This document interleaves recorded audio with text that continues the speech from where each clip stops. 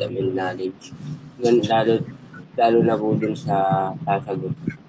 Kay Brother Francis po, gamitin niyo po siya at kayo po ang siyang manguna sa kanya. Ito po ang dalangin sa pangalan ni Jesus. Amen. So, yung outline, tsaka yung thumbnail, kahit kung wala pang thumbnail, hanap kayo sa Joel nung 4 na insekto, share screen nyo. So, dalawang share screen natin, no? Isang to outline at isang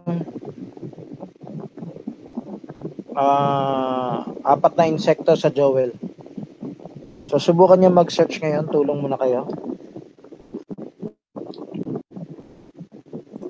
Yan dapat ang paksa bukas kaso walang na siya. Tumutulong si Simon lang.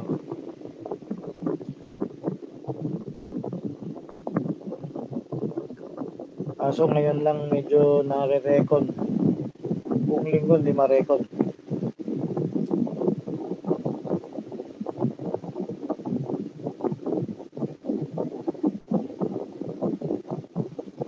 Nagsa-search ka na, Simon? Sa Google?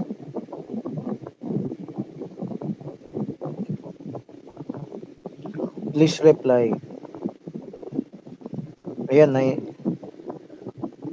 so kung may magtatanong, dun lang mag-live na. Ang nag-share screen ay Sister Ami ba to? Sister Ami. Sana mapag-aralan. Turuan nyo paano full screen.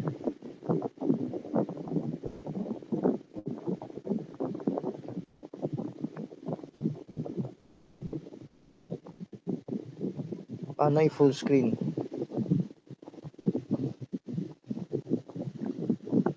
Itong live dashboard, pwede yan sarado eh.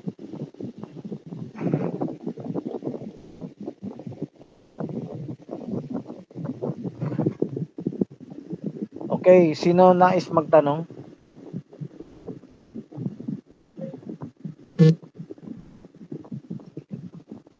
Brother Simon, naghanap ka na ng tine-check mo na sa Google yung 4 na insekto?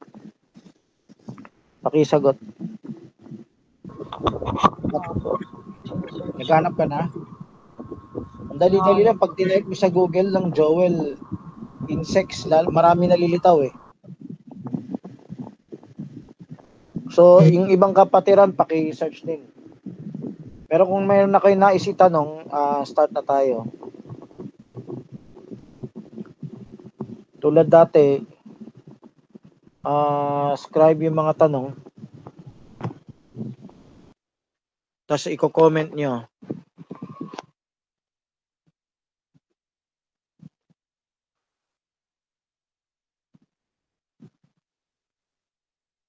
So, sino may may tanong?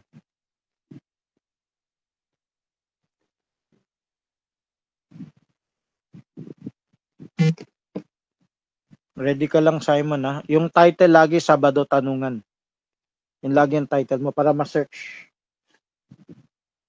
Ma-search na, madaling ma-search. Para yung title.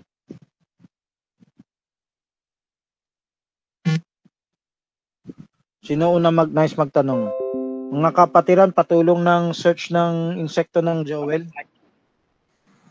Dito pangalan po ni Tata. Ewan ko kung nagsisearch si Simon, pero sandali lang tignan yan sa Google.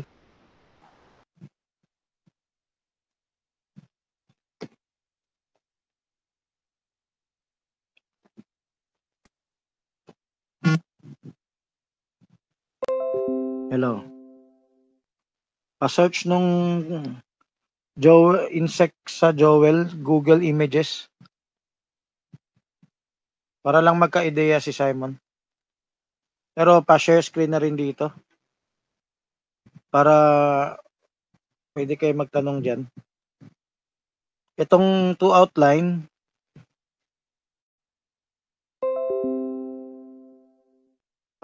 ano to, kay si Bembem, Joseph. Brother Alan. Alan, okay. Ayan, no, for insects. So, pwede nyo full screen, no? Para magka-ideya kayo. So, Bar Simon, mamili ka na lang ng ng pang thumbnail, no? Joel 2 ang pinaka mo. Joel 1. Okay. So about isa sa inyo, tignan nyo rin yung 2 outline. Kung may magtatanong na, mag-record na si Simon. Hello, Bar Simon. Si Remy, sana ayain niya mag-record. Nandito ba si Remy? Message nyo si Remy, sabi niya.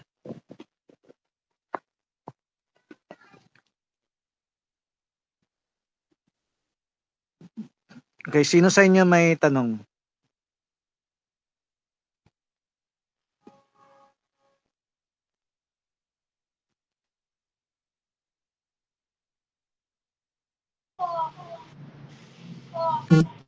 Walang may tanong. Alan, Utusan niyo ang mauna na kayo magtanong. ng tanong. Alan, Berna, mauna na kayo magtanong.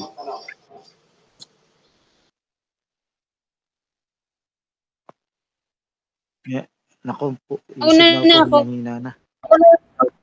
Kailangan ko yung telepono. Ako!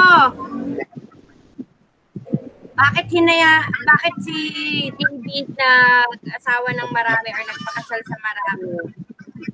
Di ba mahal siya ng Diyos? Bakit? Narinig ko na lang asawa marami. Hindi yun biblically allowed. Bakit hinayaan ng Diyos? Ang tanong siguro kasi bahagi lang narinig ko, no? Bakit hinayaan ng Diyos mag-asawa na marami? Yan ba yung tanong? Yes po, si David daw. Si David. Okay. Si King David, no? Sa Old Testament, pinapakita na wala pa yung kaligtasan niya. Tignan, pakisulat na yung tanong. Teka, nagla-live na ba ka, Simon? Bukod dito, sana yung 2 outline, share screen din. Para Simon, kung ikaw yung nagla-live, kailangan ikaw yung magpalaki ng share screen. Para Simon, hello. Naka-live na ba? Opo. Starting na po. O sige, may official na tanong na tayo. Pakiscribe yung unang tanong, ha. Inuulit-ulit ko pa yan. Bakit pinayagan si David mag-asawa na marami? So, ang sagot, sulat nyo na yung tanong, ha. Nagla-live na ba, Brother Simon? Yes, sumagot ka ba ng yes? Hindi ko narinig eh. Starting pa lang po. Naka-live na po. Starting pa lang.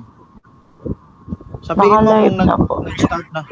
Naka-live na? Paki-check Sabado na lang tanungan yung po. pamagat mo, ha? Sabado Paki-check na tanungan lang yung po. pamagat mo. Kayo na mag-check kasi tulong na lang kayo.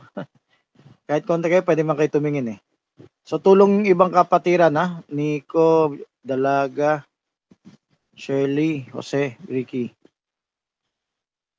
So, check nyo na lang sa serye kung meron na. Sabado tanungan dapat ng pamagat. So, yung unang tanong, sulat nyo, ha? So, yung Barcenas family, dapat scribe nyo. Ang kaya hindi mahigpitan Diyos sa lumantipan kasi wala pang kaligtasan. Ang kaligtasan darating kay Kristo eh. So nag-set siya ng standard ng old saka standard ng new. Ang standard ng old medyo hindi kasing lalim ng standard ng new. Yan. Mas malalim yung standard sa new. Kumbaga part ng perfection yan. Yung monogamy. So, sa Old Testament, tanda yan na nahulog yung tao. Meron kasing relihiyon, hindi naniniwala nahulog yung tao. Kunwari, Muslim, Hudyo, alam nila Adam and Eve. Pero hindi sila naniniwala may minana tayong original sin.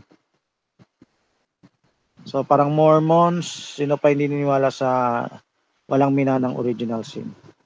Na mabuti ang tao, original na mabuti ang tao.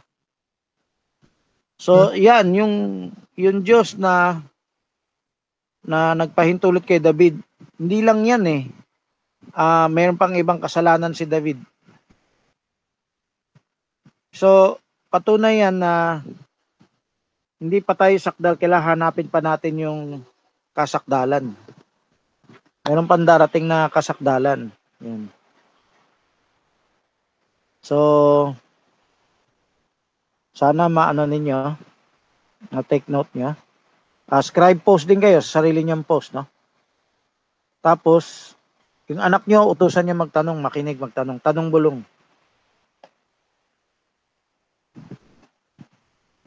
So, Sister Shirley. Ako po, Sino yung nagsalta? dalaga. Joanna. Dalaga po. Dalaga. Ang tanong ko po, may panahon po ba na babalik yung glory or yung presence ng Diyos dun sa may Ark of the Covenant if nag-e-exist pa siya sa panahon natin ngayon? Oo, yan ang tribulation. Para sa ordinaryong tao, Pero para sa hindi ordinaryong tao, yung maliligtas, nauna sa Berean yun. Christian. So, kung Berean Christian ka ngayon, mararanasan mo yan. Siyempre, marunong ka bilang Berean, kaya mo makita yung katotohanan sa iba-ibang churches. May churches naka-emphasize dyan. Pero hindi lang yan. Ang mensahe ng Ark of the Covenant, kung alam mo lang, papatay ng Diyos yung tao na hindi sakdal. Darating yung araw na yan. Kaya yan yung huling part ng broadcast na nakita yung Ark in heaven. Sabihin, nag-inside out yung yung templo. Yung templo nag-inside out, pumasok ka sa Holy of Holies. Pumasok yung buong mundo sa Holy of Holies. So, papaluin lahat ng tao. Yung taong matigas ang ulo, no? Yung lukewarm ngayon. So, sabihan niyo yung mga anak niyo, kunwari, hindi pa interesado o napipilitan lang. Nag-assert si Shiriki. Napipilitan sila.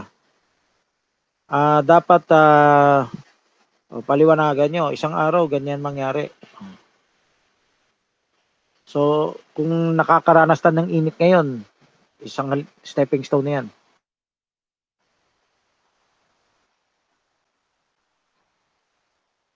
So, sana na yung dalawang tanong, Barcenas family, obligado, meron para i-comment. Simon, kung meron ka rin scribe, Pero kung naghanap ka ng pang thumbnail, kahit mamili ka ng isa dyan, alam, pwede ka rin mamili para kay Simon, no? Tapos, pwede kayo mag-suggest. So,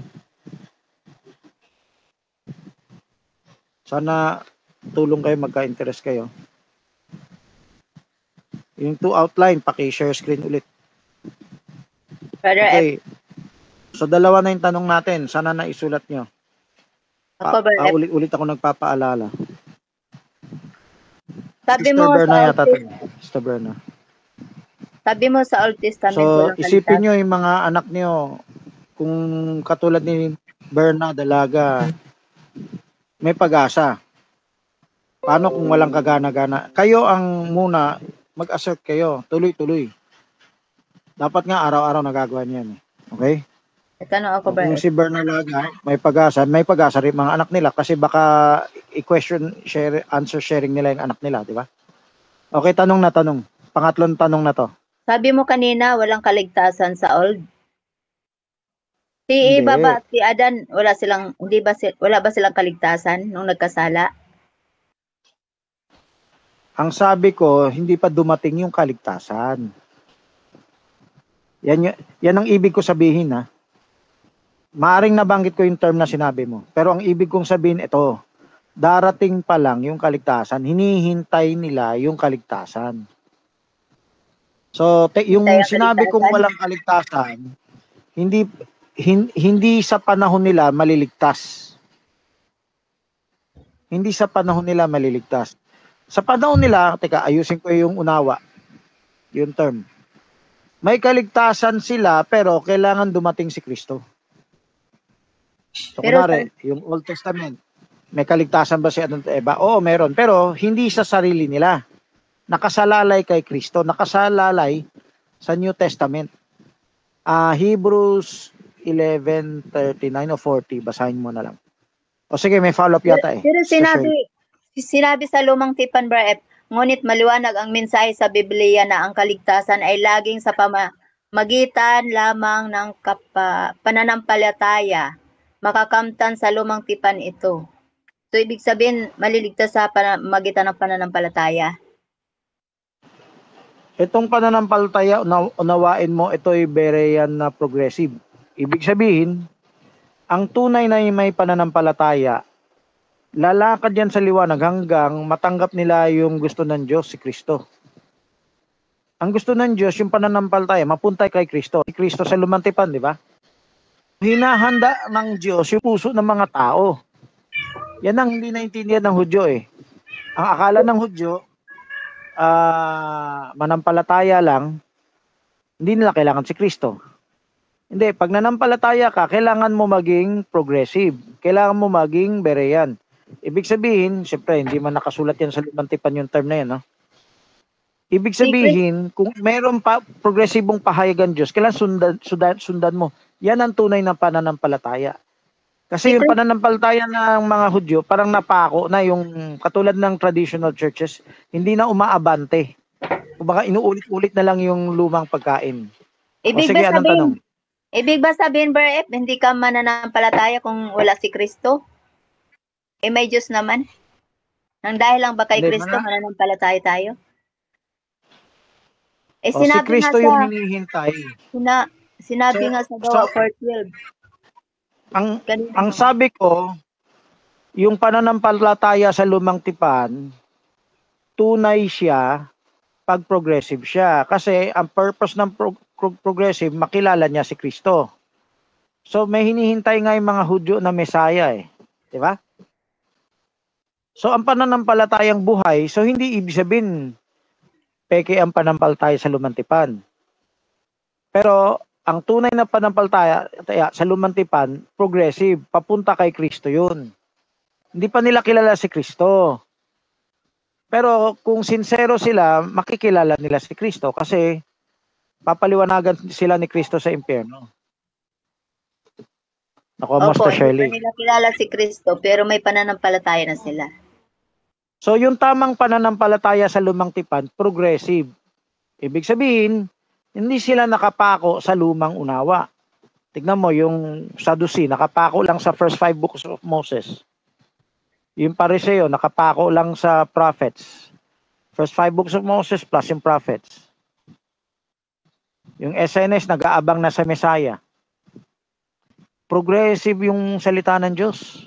Pagdating ng bagong tipan, dumating na yung Messiah. Hindi nila matanggap. Kasi tingin nila, yung pananampalataya na abot nila ay nakapako na lang. Hindi. Ang gusto ng Diyos sa pananampalataya mo, progressive. Ibig sabihin, lumalakad ka sa liwanag. Magandang aral tito sa atin ngayon, no?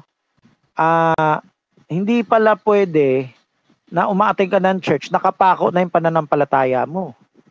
Kahit pakilala mo si Kristo, kailangan pala, Berean, progressive ka. Pag sinayang Berean, willing ka pa-correct. Magpatunayan, pakorek. Progressive, ibig sabihin, hindi ka kontento sa nakapakong mensahe. Gusto mo lumago, di ba? Ibig sabihin, hindi ka lang naka-study sa isang Lahat ng tao gusto umasenso, di ba? Nagpapayaman, nag-aaral, gusto nila umasenso sa lupa. Ganyan din gusto ng Diyos gawin natin sa spiritual natin. Gusto ng Diyos umasenso tayo spiritually. Pag ayaw mo umasenso spiritually, nakapako lang yung pananampalataya mo. So hindi lang pala lumang tipan, no? Kahit bagong tipan, maraming nakapako ang pananampalataya. So yung ayaw magbereyan, sila, Nicolaita lukewarm. Nicolaita, dahil sarado. Lukewarm, tinatamad. Kaya yung anak ninyong tinatamad, kailangan utusan mo muna. Para hanggang Baka lang, masanay mag-enjoy. Kailangan baka, tuloy-tuloy ka, hindi lang isang araw. Kasi kung isang araw lang sa isang linggo, wala. Puro worldly demonyo yung kasalamuha, no? Puro worldly demonyo yung ka-sharing. Walang word of God, no? Yung puso nila tumitigas. So, kailangan, mag-assert ka, magkaroon kayo ng oras bukod sa pag-aaral, bigyan nyo ng mas mahalagang oras yung sa Diyos. kaligtasan o hindi. No, yung dapat gawin, di ba? So, alam nyo na yan, no? Hindi ko na dedetalye. Sir Francis, question. Hello. Brother Alan. Hello. Brother Nico to, Bar Alan to. Teka. Yes po. Sister Shirley, may tanong ka pa? Ikaw na Wala magsalita. tayo Kung nag-iipon pa ng lakas loob, paunahin ko si Bar Alan. Bilisan mo na kasi. Isipin nyo, pagdating ng rapture, ganito rin agawan to sa aeroplano, may sasakyan eh. Wala bang Isipin nyo kung paano kayo mag-agawan ngayon. Pagdating sa oras na, kunwari, chance passenger, lulubog na yung isla ng Pilipinas ngayon. Yung makasakay sa barko. Yung wala kang reservation. Ganyan ang feeling. Kung sa bus, puno na, wala ka na masakyan. Isipin nyo ganyan, mas matindi pa dyan, iiyak ka pagdating sa rapture, di ba? So magreserba na kayo ngayon. Okay, sino to? Sister Sheremy? Opo. Sheremy. Tanong ko lang Mag-make po up kung ka, nawawala po Sister ba yung, Shirley, nawawala? O tuloy-tuloy, nawawala? nawawala po ba yung kaligtasan o hindi? Yung kaligtasan na temporal, pwede mawala. Yung kaligtasan na permanente, predestinado, hindi mawawala. Ngayon, paano ka makaka-permanente? Kailangan mag-mature ka na. Pag hindi ka pa mag-mature, hindi mo alam. Parang pasuray-suray ka pa may term ba yan? Paguray-guray. Pahapay-hapay. So, pag hindi ka pa matured, pahapay-hapay ka eh. Di ba? So, kung mahina si mama, tulungan mo si mama, no? Na yung malaking oras nyo, maano muna sa maraming barkadang ka-sharing sa EA. Para maging bahagi. Ang mature, parang ganito. Train up a child in the way that he should go. When he is old sa training, he shall not depart from it. When he shall not depart from it, matured na yan. Okay? So, habulin mo mag-matured para maging permanente ang iyong eternal security. Okay. Okay na, no? Sister Sheremy? Sulat niyo yung mga tanong. Marami ng tanong, ha? Sana may nagsusulat. Pangit yung post pag walang ika-copy paste si Simon. Comment nyo na. Hello po. Lagyan mo ng number. Comment. Brother Alan na to. Brother Alan. Hello po, Brother David po muna. Sige. Sabi niyo po kanina, 'di ba, nawawala po yung kaligtasan sa Old Testament. Meron po bang Dinugtong mo sa yung sinabi ko doon sa Old Testament yung bagong tinanong ni Shirley ngayon eh. O si Jeremy pala.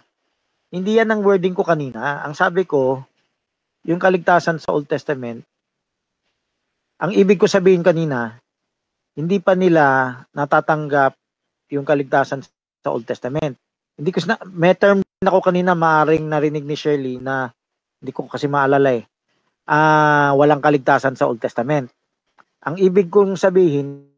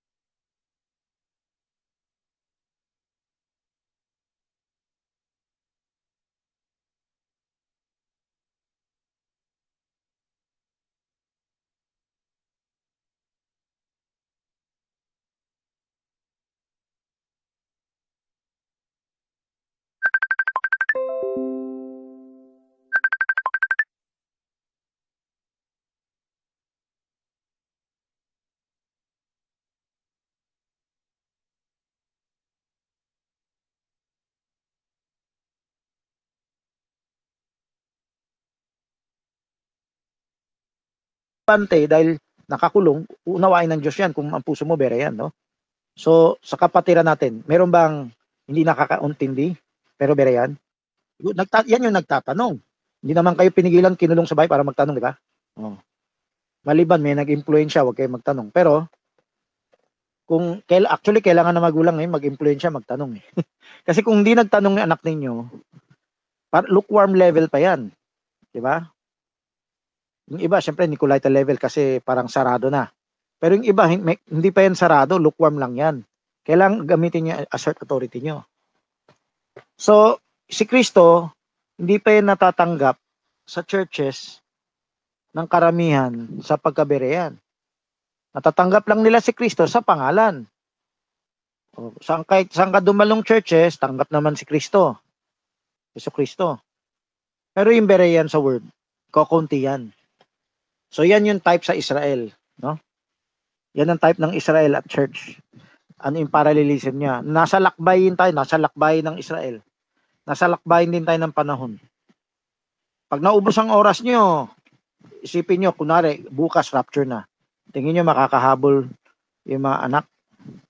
Parang yan yung tanong, no? Yung anghel, makakahabol ba yan magsisi sa 7,000 years? Gapiranggot lang yan kumpara sa billions of years. Trillions of years. So, hindi na yan makakapagsisi dito sa 7,000 years human creation week. Kasi kapiranggot na lang yan. Ganon din ngayon. Kung bukas sa rapture na, wala nang oras para makapagsisi. Pwede ba tanggapin na lang namin? Hindi biro yung pagtanggap. Akala nyo, nag-pray lang ng sinner's prayer, tumanggap na. Bawat tao, may nilaan ng Diyos na buhay na makapaglingkod ka. Kung manloloko ka, katwari, hintayin ko yung huling sandali. Wala. Para kayo magnanakaw. Sabay, may magnanakaw na ligtas, may magnanakaw hindi naligtas. Naintindihan ng Diyos sino yung pwede mag last minute. Dahil wala siyang pagkakataon. Lahat ng anak natin ngayon may pagkakataon eh. Kaya kailangan mag-assert. Walang excuse yan kung dumating na yung araw. Huwag na sabihin, hindi ko narinig yung mensahe, walang bumisita sa bahay namin. Preach na yan sa Manalite. Okay? Ngayon, bawat isang Kristiyano sa buong mundo, may level silang susundan. Kaya lahat walang excuse. Sige, mahaba yung sagot ko kay Bar Alan. Sana na-scribe nyo yan. Yung scribe nyo, sa post yan sa post. Pwede rin nilagay sa comment, pero yung ikakopy sa post, tanong lang para makinig yung kung saan nyo man i-share yan. So Simon, copy, tanong ilang ikopyahin mo. Pero yung sagot, pwede mo lagay sa post niyo, sa timeline nyo. Okay, sino may iba pang tanong? Hello.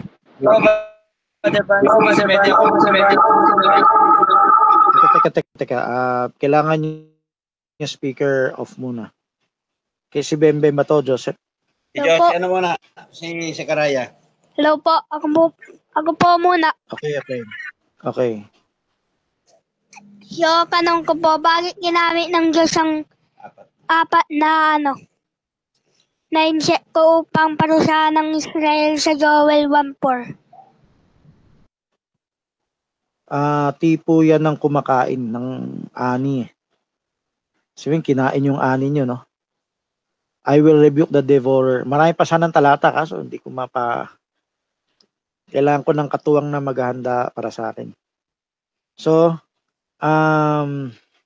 maraming talata yan. I will rebuke the devourer for your sakes, Malakay. Kasi devourer yung insekto. Yung pinaghirapan mo, mawawala. Di ba bang nangyari sa atin? May pinaghirapan tayo, nawala rin. Kailangan natin wisdom So, type yan sa church, type yan sa Israel. Kaya insekto ang halimbawa kasi kumakain ng pagkain natin. Kinakain niya yung ani ba? Sino ba yung aanihin? Believer. Kahit spiritual na pagkain natin, kinakain din. Di ba? Naninikulok. Pag naniko ka, nakain. Kasi binawalan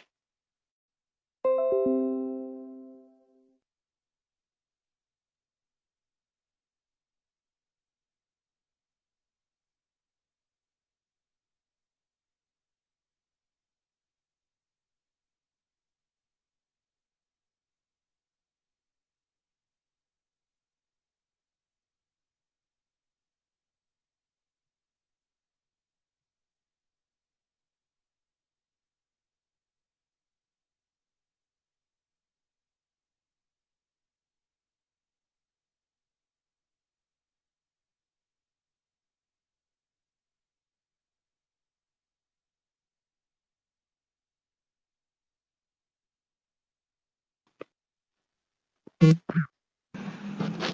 panahon po ba ni Noah, yung baha o global warming? Panahon ni Noah baha. Tuloy.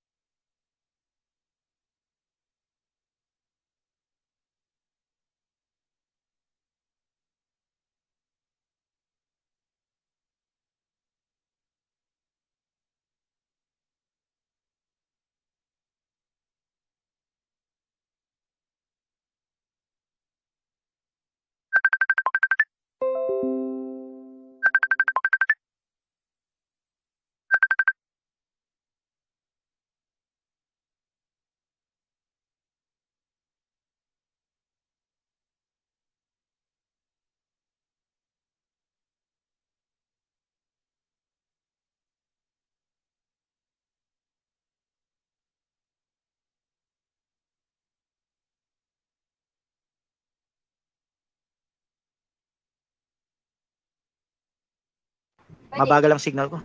I-full screen nyo kung sino yung nagla-live, full screen nyo. Para, kasi ang mag-enjoy niyan yun manonood sa ano. Bakit nyo pa nila-live sa, nire-record sa serye kung di nyo papanood sa iba, di ba? Kaya para mag-enjoy sila, palaki nyo, kahit nga kayo dito sa room, pag malaki, nasusundan nyo eh. Palakihin nyo yung outline, palakihin nyo yung seminar outline, palakihin nyo yung thumbnail, no? Kahit iba-ibang picture ng thumbnail, pagpraktisan nyo na ngayon. Bagal dito sa akin. Hindi ko pa makita dahil mabagal ang signal ko. Sabihin nyo lang kung naputulan ako. O tanong kayo habang hindi ko pa nakikita yung picture. Bahala na mag full screen yung yung OBS. Yung OBS kailangan mag full screen kasi siya yung nagla-live eh. Okay. Sino may tanong?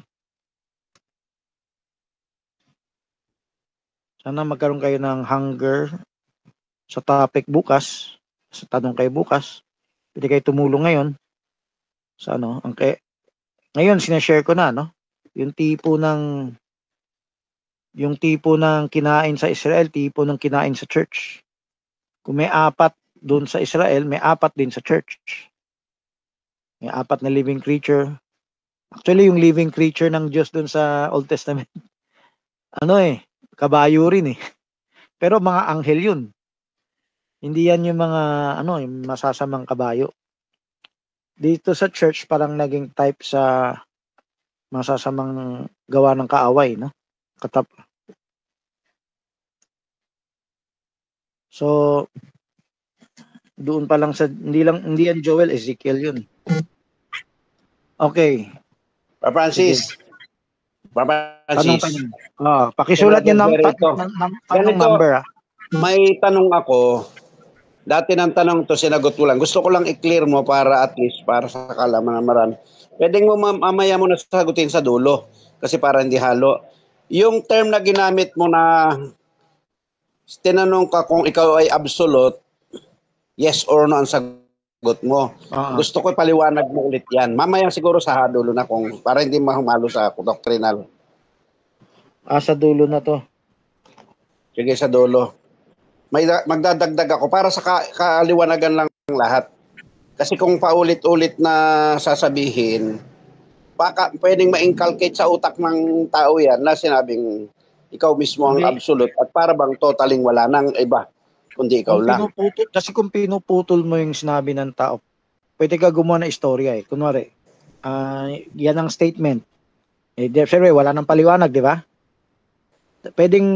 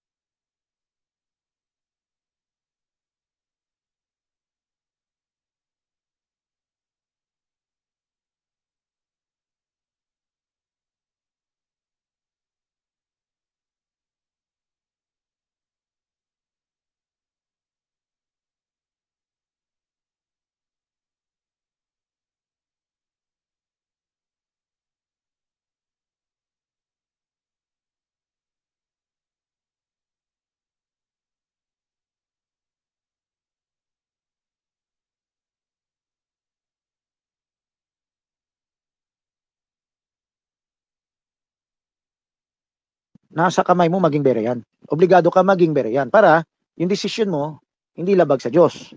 Di ba? Yung desisyon mo ay talagang dumaan sa pagsasala na napatunayan na maliwanag.